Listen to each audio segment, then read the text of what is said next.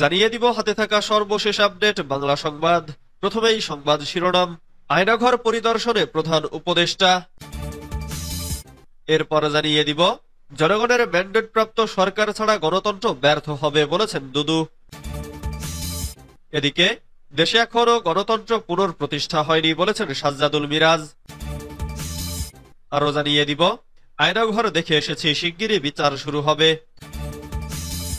সর্বশেষ জানিয়ে দিব মাঠ প্রস্তুত, সাতপন্থীদের ইজতেমা শুরু শুক্রবার। এতক্ষণ শুনছিলেন সংবাদ শিরোনাম, এবারে বিস্তারিত।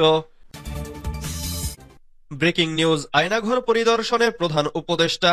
ফ্যাসিস্ট হাসিনা সরকারের কুখ্যাত আয়নাঘর পরিদর্শন করেছেন অন্তর্বর্তী সরকারের প্রধান উপদেষ্টা অধ্যাপক ডক্টর মোহাম্মদ ইউনূস। বুধবার রাজধানীর কচুক্ষেত, আগারগাঁও এবং উত্তরা এলাকার 3টি গোপন কারাগার পরিদর্শন করেন ডক্টর ইউনূস, যেগুলো শেখ হাসিনার নেতৃত্বাধীন আওয়ামী লীগ সরকারের সময় টর্চার সেল এবং গোপন বন্দিশালা হিসেবে ব্যবহার হতো। পরিদর্শনকালে প্রধান উপদেষ্টার সঙ্গে ছিলেন দেশ বিদেশের বিভিন্ন গণমাধ্যম, গুম তদন্ত কমিশন ও উপদেষ্টা পরিষদের সদস্যরা সহ আয়নাঘরে গুম হওয়া ভুক্তভোগীরা। পরিদর্শনকালে প্রধান উপদেষ্টা সহ উপস্থিত প্রতিনিধিরা সেখানে ইলেকট্রিক চেয়ার সহ নির্যাতনের জন্য ব্যবহৃত উপকরণ দেখতে পান।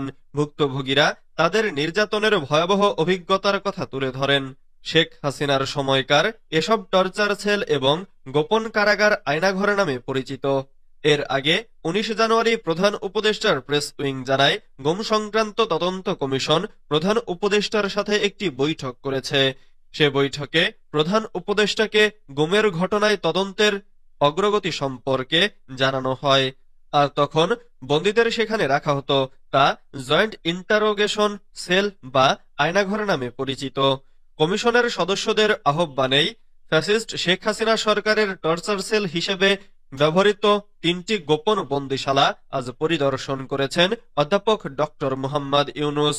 প্রধান উপদেষ্টা গোপন বন্দিশালা পরিদর্শনের সময় তার সঙ্গে ছিলেন আইন বিচার ও সংসদ বিষয়ক উপদেষ্টা আসিফ নজরুল, পরিবেশ, বন ও জলবায়ু পরিবর্তন মন্ত্রণালয়ের উপদেষ্টা সৈয়দা রিজওয়ানা হাসান, গৃহায়ন ও গণপূর্ত উপদেষ্টা আদিলুর রহমান খান, উপদেষ্টা মাহফুজ আলম, তথ্য ও সম্প্রচার মন্ত্রণালয়ের উপদেষ্টা মোহাম্মদ নাহিদ ইসলাম এবং স্থানীয় সরকার, পল্লী উন্নয়ন ও সমবায় উপদেষ্টা আসিফ মাহমুদ সজীব ভুইয়া। জনগণের ম্যান্ডেট প্রাপ্ত সরকার ছাড়া গণতন্ত্র ব্যর্থ হবে বলেছেন দুদু। দেশে জনগণের ম্যান্ডেট প্রাপ্ত সরকার ছাড়া গণতন্ত্র ব্যর্থ হতে পারে বলে মন্তব্য করেছেন বিএনপির ভাইস চেয়ারম্যান শামসুজ্জামান দুদু। তিনি বলেন, কেউ যদি জনগণের ম্যান্ডেট প্রাপ্ত সরকার গ্রহণ করতে ব্যর্থ হয়, তাহলে গণতন্ত্র গ্রহণ করতে ব্যর্থ হবে। সেজন্য আমরা নির্বাচনের কথা বলেছি। গণতন্ত্রের উত্তরণের জন্য নির্বাচনের কোনো বিকল্প নেই। বুধবার 12 ফেব্রুয়ারি জাতীয় প্রেস ক্লাবে বাংলাদেশ ইউথ ফোরামের উদ্যোগে এক আলোচনা সভায় তিনি এসব কথা বলেন। দুদু বলেন, দেশে একটা ঐতিহাসিক পরিবর্তন হয়েছে। ফ্যাসিবাদের গ্রাস থেকে জাতি মুক্তি পেয়েছে। এ ব্যাপারে যেসব ছাত্র জনতা অকুণ্ঠ চিত্তে নিঃস্বার্থভাবে বুলেট বুকে ধারণ করেছে, জীবনকে উৎসর্গ করেছে, আমি তাদের প্রতি শ্রদ্ধা জানাই এবং তাদের জন্য প্রার্থনা করি। দেশে এখনো গণতন্ত্র পুনঃপ্রতিষ্ঠা হয়নি বলেছেন সাজ্জাদুল মিরাজ। স্বৈরাচার আওয়ামী সরকারের পতন হলেও দেশে এখনো গণতন্ত্র ও মানুষের ভোটাধিকার পূর্ণ প্রতিষ্ঠা হয়নি বলে মন্তব্য করেছেন জাতীয়তাবাদী যুবদল ঢাকা মহানগর উত্তরের সদস্য সচিব সাজ্জাদুল মিরাজ। মঙ্গলবার 11 ফেব্রুয়ারি রাজধানীর দারুস সালাম থানার আওতাধীন 10 নং ওয়ার্ড শাখা যুবদলের কর্মী সভায় প্রধান অতিথির বক্তব্যে তিনি এ মন্তব্য করেন। সাজ্জাদুল মিরাজ বলেন, দেশের মানুষ গণতন্ত্র ও ভোটাধিকার পূর্ণ প্রতিষ্ঠার জন্য দীর্ঘ 16 বছর রাজপথে আন্দোলন সংগ্রাম করেছে, কিন্তু তাদের সেই আশা প্রত্যাশা এখনো পূরণ হয়নি।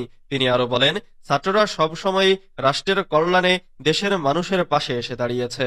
1952 সালের ভাষা আন্দোলন, 1971 সালের স্বাধীনতা যুদ্ধ, 1990 সালের স্বৈরাচার এরশাদ পতন আন্দোলন এবং 2024 সালে স্বৈরাচার হাসিনার পতন আন্দোলনে ছাত্র জনতা অগ্রণী ভূমিকা পালন করেছেন। কিন্তু বর্তমানে দেখছি ছাত্ররা রাজনৈতিক দল গঠন করছেন, রাস্তাঘাটে ট্রাফিকের দায়িত্ব পালন করছেন। এটা কোনোভাবেই কাম্য নয়। স্বৈরাচার হাসিনার পতনের পরপরই একটা পরিবেশ ছিল, কিন্তু এখন তো দেশে পুলিশ প্রশাসন আছে। এখন তাদের পড়াশোনা ছেড়ে মানুষের বাসাবাড়িতে হানা দিতে হবে কেন? কেন তারা নিষিদ্ধ সংগঠন ছাত্রলীগের নেতাদের দিয়ে কমিটি গঠন করবে? এই ছাত্রলীগের দিয়ে কমিটি গঠন করার কারণে দেশের পরিস্থিতি খারাপ হচ্ছে। আয়নাঘর দেখে এসেছি, শিগগিরই বিচার শুরু হবে।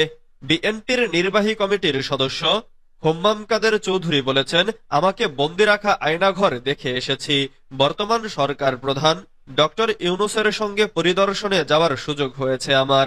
সেখানে আমাকে 1 মাস আটকে রাখা হয়েছে। আশা করি এ অন্যায়ের দ্রুত বিচারিক কার্যক্রম শুরু হবে। যারা আমার পরিবারকে অত্যাচার করেছিল তাদের বিচার শিগগিরই শুরু হবে। বুধবার 12 ফেব্রুয়ারি সকালে চট্টগ্রামের রাঙ্গুনিয়া উপজেলার ইসলামপুর ইউনিয়নের 1 নং ওয়ার্ড গোদারপাড় দরবেশ হাটে আব্দুল লতিফ প্রাথমিক বিদ্যালয়ের উদ্বোধনী অনুষ্ঠানে প্রধান অতিথি হিসেবে ভার্চুয়ালি যুক্ত হয়ে এসব কথা বলেন তিনি। মাঠ প্রস্তুত, সাতপন্থীদের ইজতেমা শুরু শুক্রবার। টঙ্গীর তুরাগ নদীর তীরে 58তম বিশ্ব ইজতেমার দ্বিতীয় পর্ব শুরু হবে আগামী শুক্রবার 14 ফেব্রুয়ারি।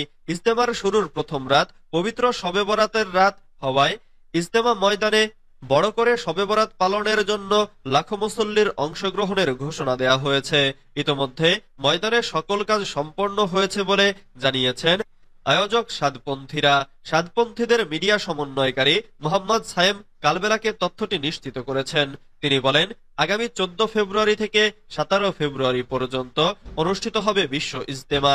ইজতেমার প্রথম রাত পবিত্র শবে বরাতের রাত হওয়ায় লাখ লাখ মুসল্লির অংশগ্রহণ আশা করছি। লাখো মুসল্লি নিয়ে আমরা ইজতেমা ময়দানে পবিত্র শবে বরাত পালন করব ইনশাআল্লাহ। বিশ্ব ইজতেমা ময়দান মুসল্লিদের জন্য প্রায় প্রস্তুত। বাকি যে কাজগুলো রয়েছে তা নির্ধারিত সময়েই ইনশাআল্লাহ শেষ হবে। এছাড়াও গাজীপুর সিটি কর্পোরেশনের টঙ্গী অঞ্চলের নির্বাহী প্রকৌশলী আশরাফ হোসেন জানান, প্রথম পর্বের মুসল্লিরা ইজতেমা ময়দান ত্যাগ করার পর প্রায় 3 শতাধিক পরিচ্ছন্নতা কর্মী একযোগে ইজতেমা ময়দান সহ আশেপাশের এলাকা পরিষ্কার পরিচ্ছন্নতার কাজ শুরু করে।